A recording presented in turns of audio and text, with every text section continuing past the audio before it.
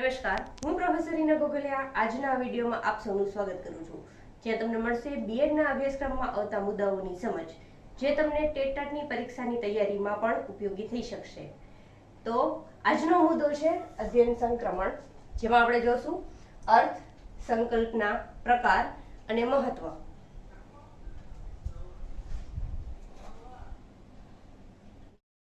તો આજનો મુદ્દો શરૂ કરીએ. સૌથી પહેલા તેનો અર્થ સમજીશું. અધ્યયન સંક્રમણ બે શબ્દ છે, અધ્યયન શીખવું, સંક્રમણ ટૂંકમાં જેને કહી શકાય કે એકનો બીજામાં ઉપયોગ કરવો અથવા તો મિક્સ કરવું. અર્થમાં જોઈ લઈએ. કોઈ પણ વિષય શીખવાથી પ્રાપ્ત થયેલું જ્ઞાન, કોઈ પણ કાર્યનો મહાવરો કરવાથી પ્રાપ્ત થયેલી તાલીમનો બીજી પરિસ્થિતિમાં ઉપયોજન કે પ્રયોગ કરવો એટલે અધ્યયન સંક્રમણ. સાદી રીતે સમજીએ કે કોઈ પણ એક વિષય આપણે શીખીએ છીએ, એ વિષય શીખીએ એટલે એનું જે જ્ઞાન આપણને પ્રાપ્ત થયું છે અથવા એ કામ આપણે શીખીએ છીએ અને કામ આપણને આવડી જાય છે, પ્રયત્ન કરીએ છીએ, આવડી જાય છે અથવા એની તાલીમ લીધેલી છે, આ બધી જ વસ્તુ જ્ઞાન છે, તાલીમ છે, કોઈ પણ કાર્યનો મહાવરો છે, કામ શીખેલું છે કે શીખી લીધું છે, એ બધું જ આપણે બીજી કોઈ પણ પરિસ્થિતિમાં ઉપયોજન એટલે કે ઉપયોગ કરવો, તો એને કહેવાશે અધ્યયન સંક્રમણ. સાવ સાદો અર્થ, કોઈક વસ્તુ પરિસ્થિતિ આપણે શીખેલી છે, એક પરિસ્થિતિમાં કોઈ પણ કામ શીખેલું છે, એને આપણે બીજી પરિસ્થિતિમાં ઉપયોગ કરીએ છીએ, તો એને કહેશું અધ્યયન સંક્રમણ. સંકલ્પના વ્યાખ્યા પ્રમાણે જોઈએ કે અધ્યયનના કોઈ ક્ષેત્રમાં પ્રાપ્ત કરેલા જ્ઞાન, કૌશલ્ય, ચિંતન, અનુભવ અને કાર્ય કરવાની ટેવોની બીજા ક્ષેત્રમાં ઉપયોગ કરવાની પ્રક્રિયાને અધ્યયન સંક્રમણ કહે છે. સાદા શબ્દોમાં સમજીએ કે અધ્યયનના કોઈ ક્ષેત્ર એટલે શિક્ષણ, મીન્સ કોઈ કામ આપણે શીખવું છે, એમાંથી જે પ્રાપ્ત કરેલું જ્ઞાન છે, કૌશલ્ય મીન્સ સ્કિલ, ચિંતન કોઈ પણ વ્યક્તિ, વસ્તુ કે વિચાર, ઊંડાણપૂર્વકનો વિચાર જેને ચિંતન કહેવાય, અનુભવ અને કાર્ય કરવાની ટેવ, આ બધું જ છે ને કોઈ બીજા ક્ષેત્રમાં આપણે ઉપયોગ કરીએ છીએ, તો આ જે પ્રોસેસ છે, પ્રક્રિયા, એને કહેવું છે સંક્રમણ. બીજી વ્યાખ્યા, સમગ્ર કે આંશિક રીતે એક પરિસ્થિતિમાં શીખેલી બાબત બીજી પરિસ્થિતિમાં પણ લાગુ પડે તો તેને શિક્ષણનું સંક્રમણ કહેવાય છે. ફરીથી વાત એ જ કરી, સમગ્ર એટલે કે બધું જ, આંશિક એટલે નાનો અમથો થોડો ભાગ. હવે સમગ્ર લઈ લો અથવા તો થોડો ભાગ, જે એક પરિસ્થિતિમાં શીખેલી વસ્તુ છે એ જ તમે બીજી પરિસ્થિતિમાં પણ લાગુ પડો છો, તો આ કહેવાશે અધ્યયન સંક્રમણ. વસ્તુ એ જ છે કે એક વસ્તુ શીખી છે અને બીજી વસ્તુમાં તમે અથવા બીજું કામ શીખવામાં તમે એને એપ્લાય કરો છો અથવા મદદરૂપ થઈ શકે, તો એને કહેવાશે અધ્યયન સંક્રમણ. પછીની વ્યાખ્યા જોઈએ. અધ્યયનના એક ક્ષેત્રમાં પ્રાપ્ત કરેલ વિચાર, લાગણી કે કાર્ય કરવાની ટેવ, જ્ઞાન અને કૌશલ્યનું અધ્યયનના બીજા ક્ષેત્રોમાં વિનિયોગ કરવાની ક્રિયાને સામાન્ય રીતે અધ્યયન સંક્રમણ કહે છે. આ ક્રો અને ક્રોની વ્યાખ્યા છે. સાદા અર્થમાં સમજીએ, પાછું એ જ રિપીટ કરીએ છીએ અર્થ, કે એક ક્ષેત્રમાં તમે જે પ્રાપ્ત કરેલું, પછી વિચાર હોય, લાગણી હોય કે કામ કરવાની ટેવ હોય અથવા જ્ઞાન, નોલેજ હોય કે કૌશલ્ય, સ્કિલ હોય, આ બધું જ તમે જો બીજા ક્ષેત્રમાં ઉપયોગ કરો, વિનિયોગ એટલે કે ઉપયોગ કરવો, તો આ જે ક્રિયા છે એને આપણે સામાન્ય રીતે અધ્યયન સંક્રમણ કહી શકીએ. વાત એ જ છે, એક વસ્તુ, વિચાર, ટેવ, જ્ઞાન, કૌશલ્ય, આ બધું તમે શીખેલું, પ્રાપ્ત કરેલું છે અને બીજી વસ્તુ શીખવાની છે, બીજું કામ શીખવાનું છે, એમાં પેલું જે શીખેલું છે એને બીજામાં ઉપયોગ કરો તો એ અધ્યયન સંક્રમણ થશે. પછીની વ્યાખ્યા, કોઈ એક ચોક્કસ મુદ્દાની અસર જ્યારે અધ્યયન કે નિવર્તન પર પડે છે ત્યારે તેને અધ્યયન સંક્રમણ કહી શકાય. આ અસર છે સહાયરૂપ કે અવરોધક હોઈ શકે. લવેનની વ્યાખ્યા છે સાવ સાદા શબ્દોમાં કે કોઈ એક ચોક્કસ મુદ્દાની અસર બીજા અધ્યયન ઉપર પડે અથવા તો આપણા વર્તન ઉપર પડે. આ વસ્તુ એ જ છે, કોઈ એક કામની અસર છે અથવા એક વસ્તુની અસર છે અથવા વિચારની અસર છે, એ બીજા વિચાર, બીજા વ્યક્તિ, બીજા કામ, બીજી પરિસ્થિતિ ઉપર થાય ત્યારે એને અધ્યયન સંક્રમણ કહી શકાય. હવે જે અસર થાય છે એને સહાયરૂપ એટલે કે મદદ કરતા પણ હોઈ શકે, જે આપણને મદદરૂપ થઈ શકે, કે અવરોધક અથવા તો નેગેટિવ, નુકસાનકારક પણ હોઈ શકે. મીન્સ બે પ્રકારની અસર હોઈ શકે છે, પોઝિટિવ હોઈ શકે અને નેગેટિવ પણ હોઈ શકે. અધ્યયન સંક્રમણને અંગ્રેજીમાં ટ્રાન્સફર ઓફ લર્નિંગ કહે છે. અર્થ અને સંકલ્પના જોયા બાદ હવે આપણે જોઈશું એના પ્રકાર. અધ્યયન સંક્રમણના 3 પ્રકાર છે. સૌથી પહેલું વિધાયક સંક્રમણ, બીજું છે નિષેધાત્મક સંક્રમણ અને ત્રીજું છે શૂન્ય સંક્રમણ. પહેલો પ્રકાર જોઈશું વિધાયક સંક્રમણ, જેને બીજું હકારાત્મક સંક્રમણ પણ કહેવાય છે. ઇંગ્લિશમાં કહેવાય છે પોઝિટિવ ટ્રાન્સફર. વ્યાખ્યા, સાદી વ્યાખ્યા પ્રમાણે આપણે યાદ રાખશું કે કોઈ એક પરિસ્થિતિ કે ક્ષેત્રનું અધ્યયન એટલે એમાં જ્ઞાન, માહિતી, વિચાર, ચિંતન, ટેવ, કૌશલ્ય, શક્તિઓ, વલણ, અનુભવ, રસ, અભિરુચિ આ બધું જ આવી શકે અને એના કારણે જે વર્તનમાં ફેરફાર આવે છે આ બધું જ્યારે આપણે બીજી પરિસ્થિતિ કે ક્ષેત્રમાં ઉપયોગ કરી અને એ જ ઉપયોગ થયેલી વસ્તુ આપણને મદદરૂપ નીવડે, મીન્સ બીજી વસ્તુ શીખવામાં ઉપયોગી થાય, ત્યારે એને વિધાયક એટલે કે હકારાત્મક સંક્રમણ કહેશું. સાદી રીતે કોઈ એક પરિસ્થિતિમાં આપણે કઈ વસ્તુ શીખેલી છે, હવે બીજી કઈ કામ આપણે શીખવું છે, તો પેલી જે વસ્તુ શીખી છે એ બીજી વસ્તુ શીખવામાં કે બીજું કામ શીખવામાં પેલું કામ આપણને મદદરૂપ નીવડે તો એને આપણે હકારાત્મક સંક્રમણ કહી શકશું. એક્ઝામ્પલ એ જેમ કે જો તમને સાયકલ આવડતી હોય તો તમે ઇઝીલી સ્કૂટર શીખી શકો છો. બીજું ઉદાહરણ છે કે જો તમને ગુજરાતી વ્યાકરણ સારી રીતે ફાવતું હોય, આવડતું હોય તો ને સંસ્કૃત વ્યાકરણ શીખવું છે તો તમને ઈઝી પડશે, મીન્સ શીખવામાં સરળ લાગશે. તો આ છે હકારાત્મક સંક્રમણ. બીજો પ્રકાર જોઈએ નિષેધાત્મક સંક્રમણ, જેને બીજા નામે કહેવાશે નકારાત્મક સંક્રમણ, અંગ્રેજીમાં નેગેટિવ ટ્રાન્સફર. હવે ઉપરનો જે પ્રકાર છે હકારાત્મક, એનું બિલકુલ ઓપોઝિટ, વિરુદ્ધમાં લેશું કે જ્યારે કોઈ પૂર્વ અધ્યયન નથી, વસ્તુના અધ્યયનમાં બાધક કે અંતરાયરૂપ થાય ત્યારે તેને નિષેધાત્મક સંક્રમણ કહેવાય છે. એટલે કે જ્યારે આપણે કોઈ કામ શીખેલું છે, શીખી લીધું છે, આપણને આવડી ગયું છે, હવે બીજું કામ શીખવું છે, પણ બીજું કામ શીખવામાં પેલું જે કામ શીખેલું છે એ આપણને નડે છે, મીન્સ અવરોધ બને છે, એના કારણે આપણે પ્રોપર રીતે શીખી શકતા નથી, તો આ થશે નિષેધાત્મક સંક્રમણ.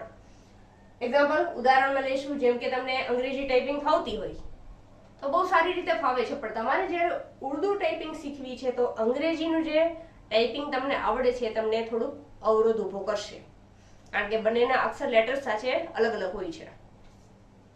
ગુજરાતી ભાષા આવડે છે તો તમને અંગ્રેજી ભાષા શીખવામાં થોડી તકલીફ પડશે, કારણ કે બેના લેટર્સ, બેના વ્યાકરણ આ બધું છે જુદું જુદું હોય છે. એટલે પેલું શીખી લીધું છે અને બીજું શીખવું છે તો પેલાના કારણે બીજામાં થોડી તમને તકલીફ પડે. ઊંધું લઈ લો કે ઇંગ્લિશ સારી રીતના આવડતું હોય પણ ગુજરાતી શીખવું છે તો ઇંગ્લિશ ગ્રામર અને ગુજરાતી વ્યાકરણ એમાં પણ ઘણો તફાવત છે. કાર ડ્રાઇવિંગ આવે છે પણ તમને ટ્રક ચલાવવાનું શીખવું છે તો બેની ડ્રાઇવિંગનો પ્રકાર છે અલગ અલગ છે, મીન્સ અલગ અલગ પ્રકારે ડ્રાઇવિંગ થાય છે. તો આ છે નિષેધાત્મક એટલે કે નકારાત્મક સંક્રમણ. ત્રીજો પ્રકાર લઈએ શૂન્ય સંક્રમણ, અંગ્રેજીમાં કહેવાશે ઝીરો ટ્રાન્સફર. આ બેયને રહેવા દઈને વચ્ચેનું આવશે, જેમ કે જ્યારે કોઈ પૂર્વ અધ્યયન નવા અધ્યયનને ન તો ઉપયોગી થાય કે ન તો બાધક નીવડે ત્યારે તેને શૂન્ય સંક્રમણ કહેવાશે. જેમ કે પેલું કામ શીખવું છે પણ બીજું કામ તમારે જ્યારે શીખવાનું હોય, બીજું કાર્ય શીખો છો ત્યારે પેલું તો નથી તમને ઉપયોગી મીન્સ હેલ્પફુલ થતું અથવા નથી તમને અવરોધક બનતું, બરાબર છે. એટલે આ વસ્તુ જે છે એને શૂન્ય સંક્રમણ કહેવાય કે નડતું પણ નથી અને ફાયદાકારક પણ નથી. એક્ઝામ્પલ કે જ્યારે બેડમિન્ટન રમતા તમે શીખ્યા હોય અને હવે તમારે કાર ચલાવતા શીખવી છે તો રમતને અને કાર ડ્રાઇવિંગને ક્યાંય લાગતું વળગતું નથી, એટલે નથી તમને બેડમિન્ટનની રમત આમાં ઉપયોગી પણ થાય અને નથી અવરોધક પણ થાય. ગણિત આવડે છે ને તમારે કાવ્ય લખવાનું અથવા કાવ્ય શિક્ષણ લેવું છે તો આ બે પણ અલગ અલગ વસ્તુ છે જે એકબીજામાં ઉપયોગી પણ નહીં થાય અને એકબીજાને અવરોધક પણ નહીં થાય. તો આ ત્રણેય અધ્યયન સંક્રમણના પ્રકાર હતા. અધ્યયન સંક્રમણના પ્રકાર જોયા બાદ હવે આપણે મહત્વ જોઈએ કે જો સંક્રમણ થતું જ ન હોત તો એકવાર વર્ગમાં કે શાળામાં શીખેલી બાબત શાળાની બહાર અનેક પરિસ્થિતિઓમાં જરાય સરળતા કે સહાય પૂરી ન પાડે, પરિણામે શાળામાં કે વર્ગમાં થતા અધ્યયનની કોઈ કિંમત જ ન રહે. આપણે સંક્રમણના અર્થમાં જોઈ ગયા કે એક કાર્ય છે એ શીખી લીધું હોય તો એ આપણે બીજા કાર્ય શીખવામાં મદદરૂપ થઈ છે, પણ જો એવું થતું જ ન હોત, મીન્સ વર્ગમાં એકવાર વસ્તુ શીખી લીધી છે, મીન્સ એક મુદ્દો શીખાઈ ગયા પછી બીજો મુદ્દો શીખવો છે તો પેલો મુદ્દો જે શીખેલો છે મદદરૂપ થાય છે. એવું ન થતું હોય તો આપણે બધી જ રીતે મીન્સ એના રિઝલ્ટમાં જોઈએ કે કોઈ પણ વસ્તુ શીખવામાં આપણને સરળ ન પડે, કે પરિણામે અધ્યયનની કોઈ કિંમત નથી રહેતી. મીન્સ અધ્યયનનો અર્થ જ છે શીખવું, અને જો એકવાર શીખેલું ઉપયોગી ન થાય તો એ શીખવાનો અર્થ શું? કારણ કે જેટલી વારે આપણને ઉપયોગમાં લેવું છે એ જ વસ્તુને આપણે વારંવાર શીખવી પડે છે. સંક્રમણ જેવી બાબતનું અસ્તિત્વ જ ન હોત તો જીવનની પ્રત્યેક બાબત અલગ અલગ શીખવામાં સમય અને શક્તિ વેડફાઈ જાય. કારણ કે હમણાં જ વાત થઈ, કોઈ એક વસ્તુને શીખવી છે તો એમાં આપણને એ શીખવા દરમિયાનનો સમય અને આપણામાં શક્તિ, આ બે વસ્તુનો ઉપયોગ થઈ છે. હવે જો એ વારે વારે શીખવી પડે તો એ જ વસ્તુને જોતો સમય અને એ જ વસ્તુ માટે વપરાતી આપણી શક્તિ, આ બે વારંવાર ઉપયોગમાં લેવાશે અને એક વસ્તુ છે બીજી વસ્તુ શીખવામાં મીન્સ બીજા કાર્ય શીખવામાં કામ ન આવે તો એ સમય અને શક્તિ છે વેડફાઈ જાય છે, મીન્સ કઈ કામ જ નથી આવતી. સંક્રમણ ન હોય તો અધ્યયનની પ્રક્રિયા પંગુ બની જાય, મીન્સ હેન્ડીકેપ, પાંગડી, કે જે કઈ ઉપયોગમાં ન આવી શકે અને સહજ રીતે જીવવા માટે માનવ જીવન ટૂંકું પડે. કારણ કે એક જ વસ્તુ આપણે કેટલી વાર શીખવાની કે જે બીજી વસ્તુ શીખવામાં ઉપયોગી જ નથી, તો આપણે એક જ વસ્તુને વારંવાર શીખવી પડે. એટલે માનવ જીવન ગમે એટલું હોય પણ એક જ વસ્તુ વારંવાર આપણે શીખવી પડે તો એ જીવન પણ ટૂંકું પડે છે બધી વસ્તુ શીખવા માટે. સંક્રમણ વિના ભાગ્યે જ કશી ક્ષમતાની આશા રાખી શકાય. બરાબર, કારણ કે આપણામાં જે કેપેસિટી, જે ક્ષમતા છે એને શીખવામાં ઉપયોગમાં લેવા માટે સંક્રમણ જરૂરી છે. સંક્રમણને પરિણામે જ જ્ઞાનની ક્ષિતિજો પ્રતિ ક્ષણ વિસ્તરે છે, મીન્સ એનું ક્રાઇટેરિયા વિશાળ છે. અનુભવનું ક્ષેત્ર પણ પ્રતિક્ષણ વ્યાપક બને છે, મીન્સ એ પણ વિશાળ બનતું જાય છે. નવી જ પરિસ્થિતિમાં પણ આપણે નિર્ણયો લઈ શકીએ છીએ અને આગળના અનુભવોના આધારે માર્ગ કાઢી શકીએ છીએ. કારણ કે જ્યારે આપણે અનુભવોમાંથી શીખીએ છીએ ત્યારે બીજું કામ જે આપણને મુશ્કેલ લાગે છે તો આગળના અનુભવો આપણને કામ લાગે છે. એટલે આપણે નિર્ણય તત્કાલ લઈ શકીએ છીએ, કારણ કે અગાઉનું અધ્યયન છે આપણને સંક્રમિત થઈ શકે છે, આગળ શીખેલું છે આપણને ઉપયોગી થાય છે. એટલા માટે અધ્યયન એ મૂડીરોકાણ છે અને સંક્રમણ નફો છે. આ એવો મનોવ્યાપાર છે કે જેમાં મૂડી કરતા નફો અનેક ગણો છે. મીન્સ મૂડી એટલે આપણી પાસે, એક્ઝામ્પલમાં લઈએ કે આપણી પાસે જેટલા પૈસા છે એમાંથી આપણે રોકાણ, કોઈ વેપાર કરવો છે અને એના માટે રોકીએ છીએ, તો સંક્રમણ છે નફો છે. એમાંથી જે આપણને કમાણી થઈ છે, મીન્સ જેટલા આપણે પૈસા રોકેલા છે એના કરતા વધુ આપણને વેપાર કરતા મળે છે તો નફો છે. આ એક એવો મનોવ્યાપાર છે કે જેમાં મૂડી કરતા નફો વધારે હોય, એટલે જેટલા આપણે પૈસા રોકેલા હોય એના કરતા આપણે વધારે કમાઈએ નફા સ્વરૂપે. તો અધ્યયનનું સંક્રમણ પણ એવું જ છે કે જ્યારે શિક્ષણમાં આપણે કઈ વસ્તુ શીખીએ છીએ, મીન્સ રોકાણ કરીએ છીએ, ત્યારે આપણે નવું શીખવા મળે છે, જે નવો અનુભવ મળે છે આપણે નફા બરાબર જ છે. વર્ગમાં શીખેલી બાબતો વર્ગની બહાર વિશાળ જીવનમાં પણ સંક્રમણ પામીને અનેક રીતે ઉપયોગી થાય છે. તેથી તો વર્ગ શિક્ષણની પ્રથા છે એને ચાલુ રાખવામાં આવી છે. કારણ કે આપણે વર્ગ શિક્ષણમાં જે શિક્ષણ લઈએ છીએ ખાલી ક્લાસ પૂરતું જ સીમિત નથી. એમાંથી લીધેલું જ્ઞાન, એના વિચાર, ચિંતન, કૌશલ્ય આ બધું જ શીખેલું છે આપણે બહાર, એટલે વર્ગખંડની બહાર આપણે જીવનમાં પણ ઉપયોગી લઈએ છીએ. આ પણ એક પ્રકારનું સંક્રમણ જ છે. હમણાં જ વાત કરી કે વર્ગખંડમાં શીખીએ છીએ, વર્ગની બહાર પણ આપણે ઉપયોગમાં લઈએ છીએ એવી વસ્તુ, જેમ કે દિશાઓ અને ખૂણાઓનો ખ્યાલ વર્ગમાં આપવામાં આવે છે. તે પછી અધ્યતાઓ તેમના જીવનમાં જુદી જુદી પરિસ્થિતિઓમાં એ ખ્યાલને ઉપયોગમાં લઈ અને દિશા ખૂણાઓ શોધી શકે છે. મીન્સ બહાર એનું એપ્લાય કરવું, જે આપણે વર્ગખંડ ક્લાસરૂમમાં શીખીએ છીએ એનો બહાર ઉપયોગ કરવું, તો એ એક પ્રકારનું સંક્રમણ છે. જેમ કે નકશા વાંચનનું કૌશલ્ય હોય તેમજ દિશા અને ખૂણાઓનો ખ્યાલ પણ તમને હોય તો પ્રવાસ પર્યટનમાં તમે ગયા હોય તો આ કૌશલ્ય છે તમને ઉપયોગમાં આવશે. મીન્સ જગ્યા ઓળખવામાં અથવા તો જ્યાં ફરવા જવું છે, પ્રવાસ નક્કી કરવો છે, એ જગ્યાને ઓળખવામાં, ડિસાઈડ કરવામાં.